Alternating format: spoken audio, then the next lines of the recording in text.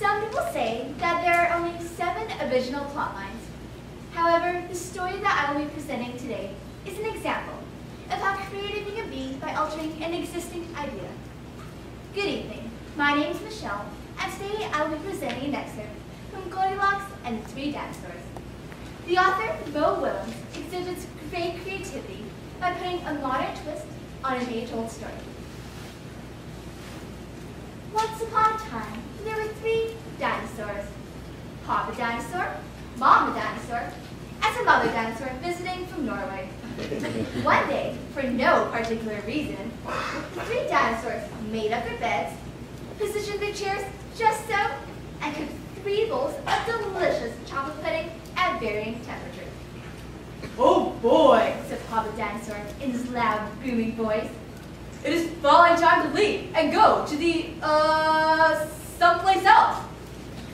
"Yes," continued Mama Dinosaur, "I sure hope no innocent little succulent child happens by our unlocked home while we are, someplace else."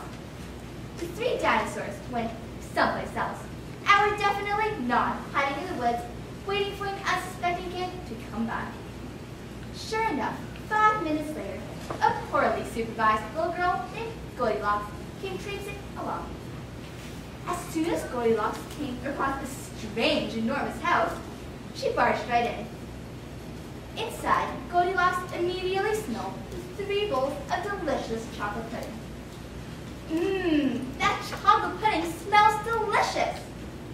She found herself face to face with 3 gigantic bowls. The first bowl, chocolate pudding, was too hot. But Goldilocks ate it all anyway, because, hey, it's chocolate pudding, right? The second bowl, chocolate pudding, was too cold. But who cares about the temperature when you've got a big bowl of chocolate pudding? Not her. The third bowl, chocolate pudding, was just right. But Goldilocks was on such a roll by now, she hardly noticed. Soon Goldilocks was stuffed like one of those delicious chocolate-filled little girl bonbons, which, by the way, are totally not the favorite thing for hungry dinosaurs. Tired and groggy, Goldilocks noticed 3 chairs in the living room, so she walked out of the kitchen.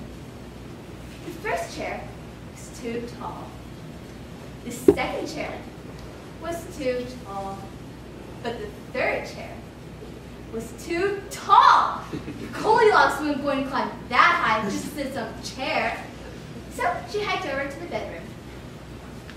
Goldilocks noticed that the beds were also gigantically big.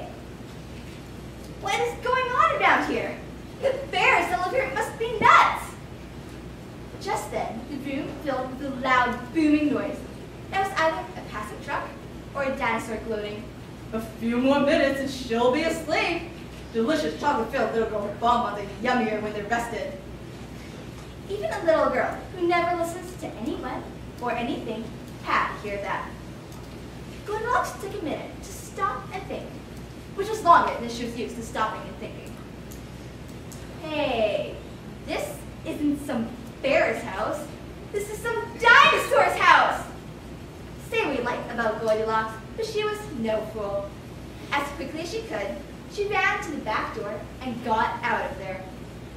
Suddenly, and completely coincidentally, the 3 dinosaurs rushed through the front door. But they were too late. Goldilocks was gone, and all that was left were 3 disappointed dinosaurs. And the moral is, if you ever find yourself in the wrong story, leave.